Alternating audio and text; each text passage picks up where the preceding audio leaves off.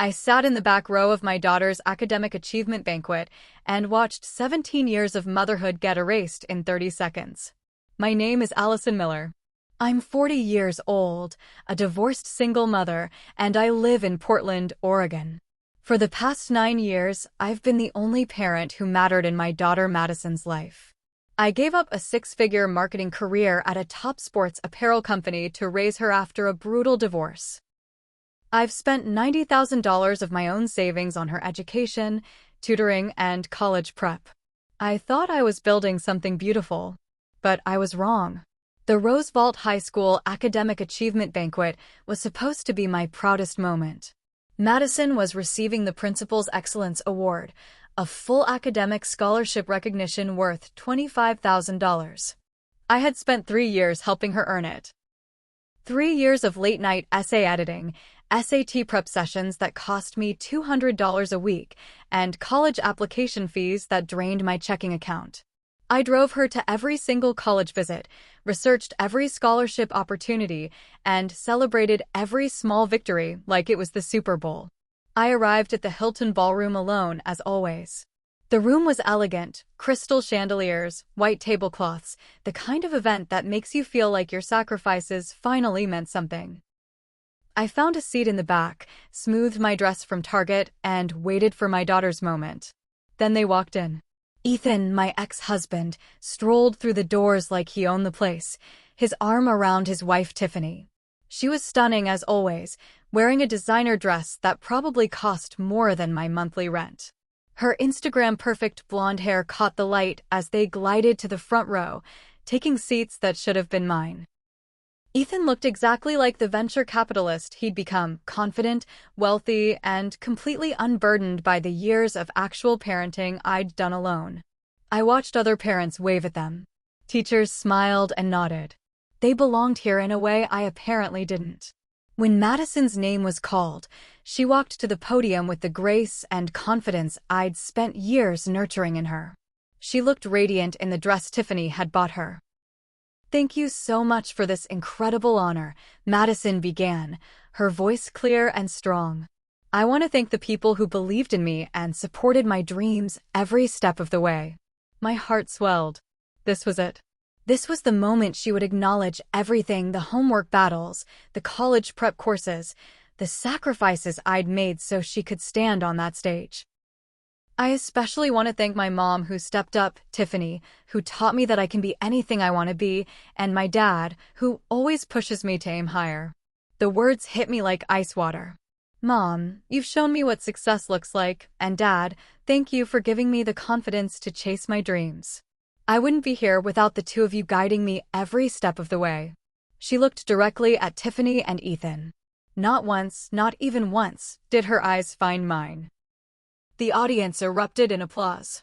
I sat frozen, watching strangers congratulate the woman who had only entered my daughter's life just 3 years ago, while I had given her 17.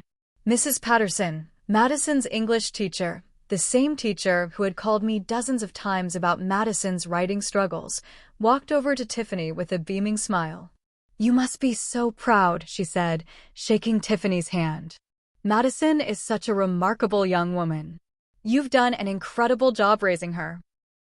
Tiffany glowed. "Thank you so much.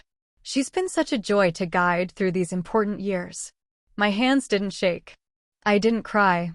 Something inside me quietly shifted, not anger, just clarity. For the first time, I saw the situation exactly as it was. I had been erased from my own daughter's story, reduced to a footnote, while the woman who contributed nothing but Instagram posts and shopping trips got to be the mother. After the ceremony, I approached Madison with the gift I'd brought. A leather journal engraved with "To my brilliant daughter, who can achieve anything. Love, Mom." It had cost me $150 I didn't really have, but I thought it would mean something. "Oh, thanks for coming, Allison," Madison said, giving me a quick, perfunctory hug. The gift felt heavy and pointless in my hands. She called me Allison. Not Mom. Allison. I watched as she rushed back to Ethan and Tiffany, who were posing for pictures with her award. Other parents assumed I was a family friend, maybe an aunt. The woman who had sacrificed everything had become invisible, while the woman who had sacrificed nothing became the star. I drove home in silence, still carrying that unwrapped gift. I poured myself a glass of wine, the cheap kind, because that's what single mothers who give everything to their child can afford, and sat on my small apartment balcony, looking out at the city lights. I thought about all the times I'd told myself that children eventually recognize their parents' sacrifices, that love and dedication would be rewarded, that doing the right thing mattered more than looking successful. I was wrong about all of it. As painful as it was, that was the night I stopped pretending that my sacrifices meant anything to my daughter. That was the night everything began to change. You want to know how a mother becomes invisible in her own child's life? It doesn't happen overnight. It's a slow erosion, one sacrifice at a time, until you wake up one day and realize you've given everything and somehow ended up with nothing. Let me take you back to where it all started 9 years ago, when Madison was 8 and my world fell apart. The divorce papers came with a custody arrangement that looked fair on paper, 50-50 shared custody. What they didn't account for was that Ethan's idea of parenting was weekend fun while I handled everything that actually mattered. I was pulling down $127,000 a year as a senior marketing director. I had a corner office, a team of 12, and campaigns that were making the company millions. But when Madison started struggling in 3rd grade, crying every morning, falling behind in reading, I knew something had to give. Ethan's solution? Just hire another nanny. My solution? I quit my dream job. "You're being dramatic, Allison," he said when I told him. "Kids adapt. She'll be fine." But Madison wasn't fine. She needed her mother, not another stranger managing her schedule. So I walked away from 6 figures and healthcare benefits to become a freelance marketing consultant making $50,000 a year on a good year. The financial reality hit immediately. Private school at Roosevelt Prep cost $15,000 annually. Madison's reading tutor was $200 every single week. That's $10,400 a year. Piano lessons, art classes, soccer fees, it all added up to about $3,000 more. Over half my new income went to making sure Madison had the same opportunities she'd always had. Meanwhile, Ethan's child support? A laughable $800 a month. That's $9,600 annually for a man making $300,000 as a venture capitalist. It barely covered her school lunches. But the money was just numbers. The real cost was measured in midnight homework sessions when Madison had dyslexia-related meltdowns. It was sitting in pediatrician waiting rooms for ear infections while Ethan was in meetings. It was being the only parent at school plays, parent-teacher conferences, and soccer games. "Where's Daddy?" Madison would ask, scanning the bleachers. "He's working, sweetheart." "But Mommy's here." I became an expert at making one parent feel like enough. Everything changed when Madison turned 13 and Ethan introduced his new girlfriend, Tiffany Hartwell. Former lifestyle influencer with over 300,000 Instagram followers and 0 experience with children. She called herself a wellness consultant, which apparently meant selling overpriced supplements to suburban moms. She was 28, gorgeous, and had never changed a diaper in her life. "Madison's going to love having another woman to look up to," Ethan announced during one of our awkward custody exchanges. At first, Madison was skeptical. But Tiffany had something I didn't. Unlimited time and money to be fun. While I was fighting with Madison about homework, Tiffany was taking her to Sephora for makeup tutorials. While I was enforcing bedtimes, Tiffany was posting TikTok videos of their girls' nights. "Tiffany says I have really good bone structure," Madison told me one afternoon, examining herself in my bathroom mirror. "She says I could model if I wanted to." I'd have been happy about her experiences, but all I heard were criticisms after each visit. Tiffany's kitchen is so much nicer than ours. She has this huge island where we make smoothies together. Our kitchen is so cramped and old. Tiffany says organic food is really important. Why don't we shop at Whole Foods? She says processed food is basically poison. Are you trying to make me unhealthy? Tiffany took me to this amazing spa day. We got facials and everything. She says self-care is really important for women. Maybe you should try taking better care of yourself, Mom. You always look so stressed and tired. Tiffany says successful women invest in their appearance and their environment.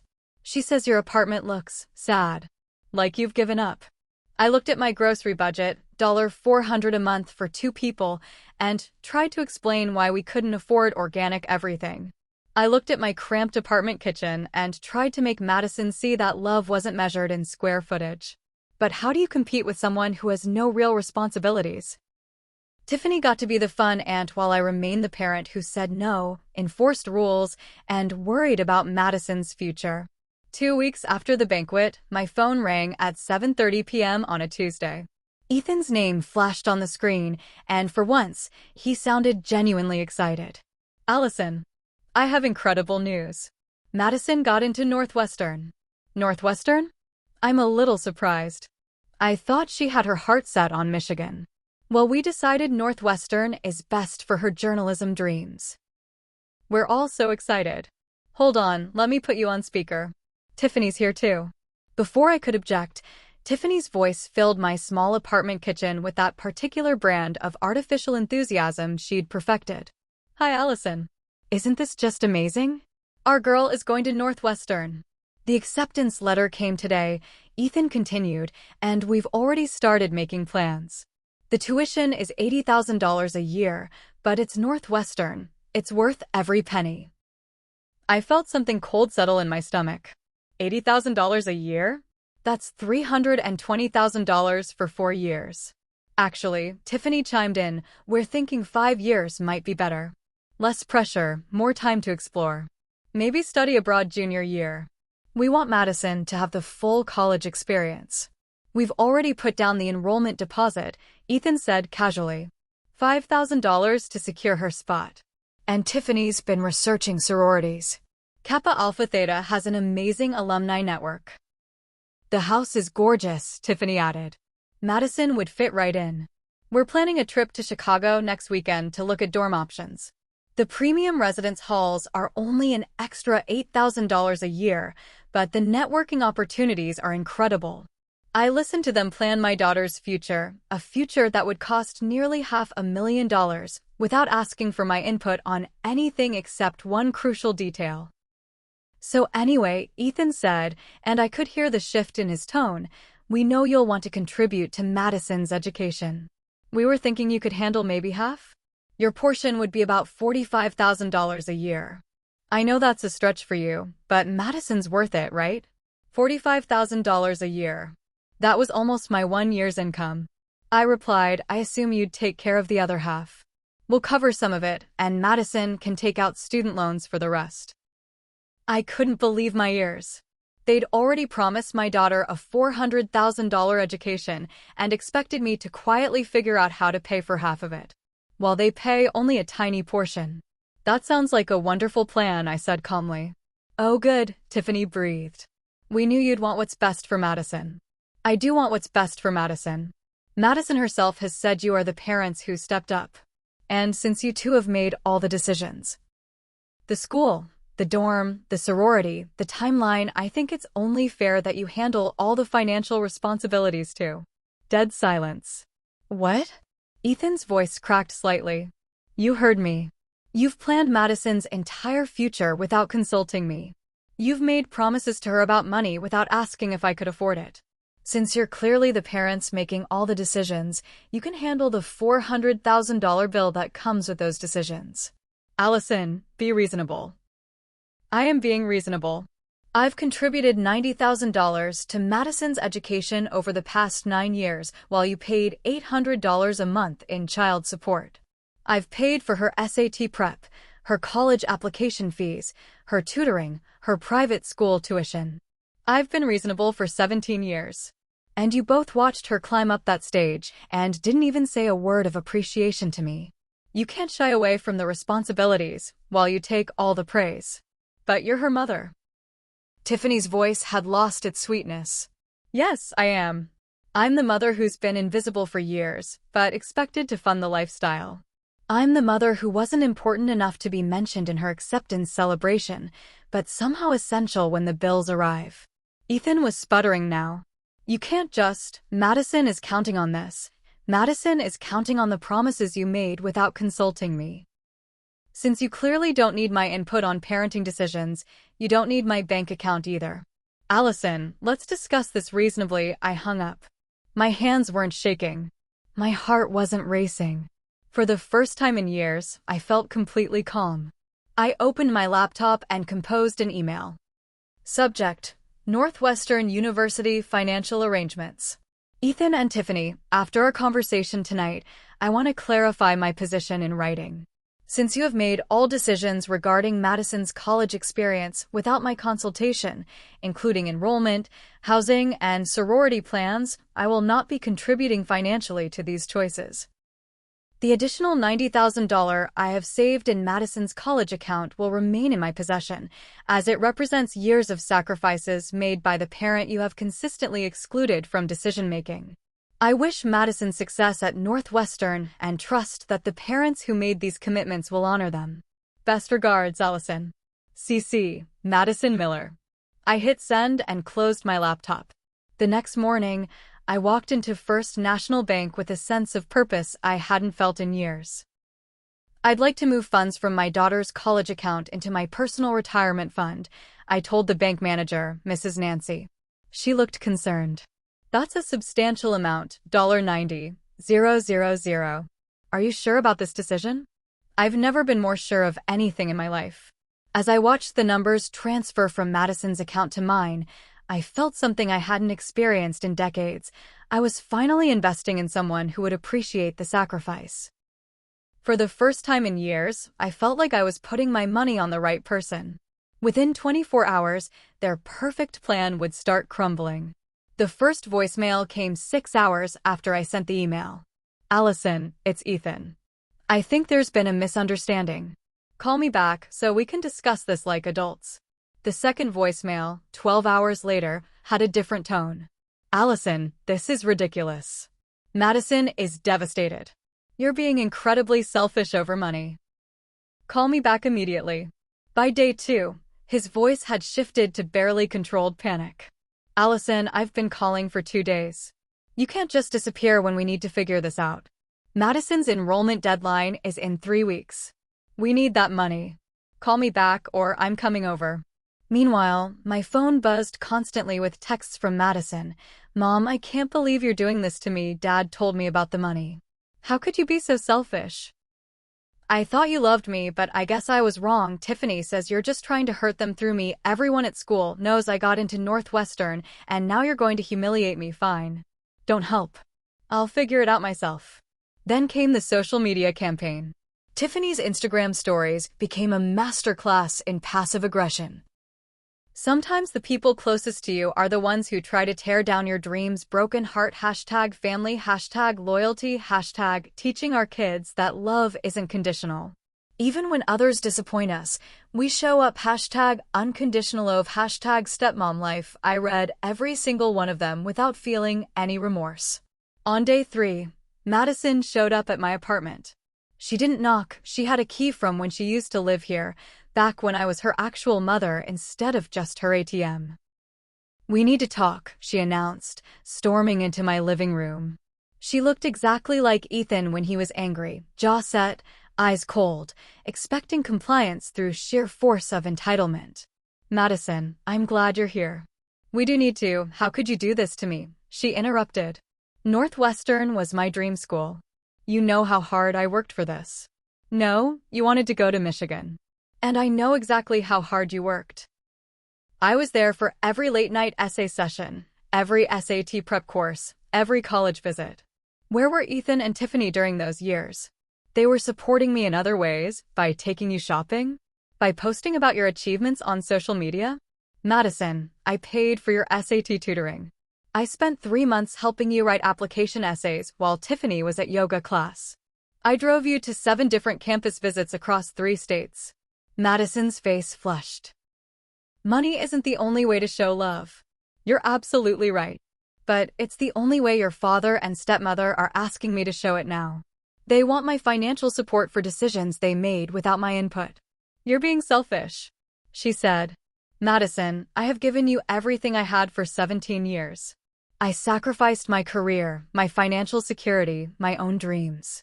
And at your banquet, you thanked everyone except the person who actually made your success possible. If wanting to be acknowledged and included makes me selfish, then I accept that label. Madison stared at me, clearly expecting me to cave the way I always had. When I didn't, her expression hardened. Fine. I don't need you anyway. Dad and Tiffany will figure it out. She stormed out, slamming the door behind her. 2 weeks later, my phone rang at 11 p.m. Madison's name flashed on the screen. Mom? Her voice was small, nothing like the angry girl who'd stormed out of my apartment. I'm here, honey. Dad and Tiffany can't afford Northwestern. They've been trying to get loans, but they're already in debt from their lifestyle.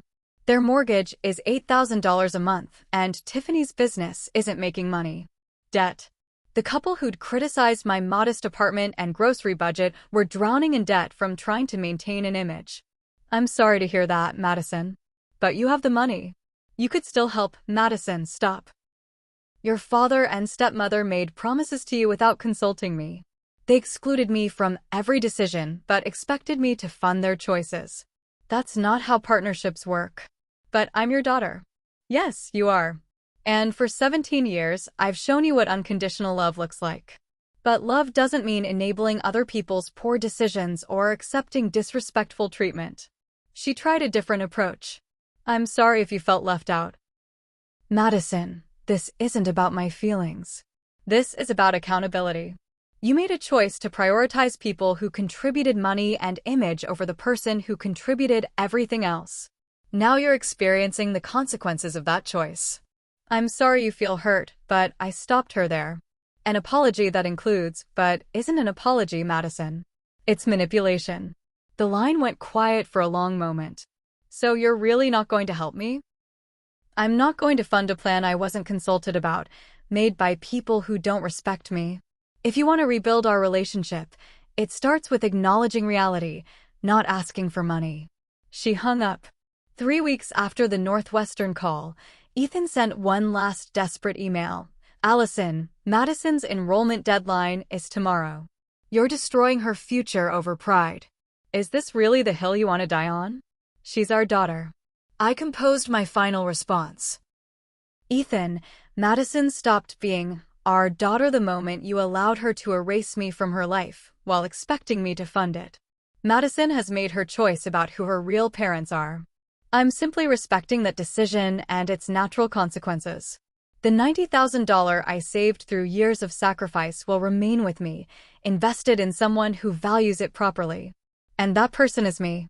Please don't contact me again about this matter. Allison, they thought this was about money. They were wrong. This was about consequences. Northwestern's enrollment deadline came and went. The $5,000 deposit Ethan had bragged about? Gone. Along with Madison's spot in the journalism program she'd dreamed about since she was 14. Through mutual friends, I heard the scrambling that followed. Ethan had applied for a $400,000 Parent Plus loan and been denied due to his debt-to-income ratio. Tiffany wasn't willing to contribute because, well, Madison wasn't her real daughter. Madison's backup schools had already filled their incoming classes. Her only option became Portland Community College, the same school she'd once called where dreams go to die, when her friend Sarah had enrolled there. The irony was perfect. While Madison had been living with parents who promised her the world, I had been the one actually building her future. Now she was experiencing what happened when Instagram perfect promises met financial reality. Here's the truth they don't put in parenting books. You don't have to burn yourself to keep others warm. But you can always light the way home when they're ready to find it. If this story resonated with you, subscribe because there are more stories like this one about love that's tough enough to teach real lessons. Because sometimes the most loving thing you can do is step back and let people discover what they've lost while keeping your heart open for their return.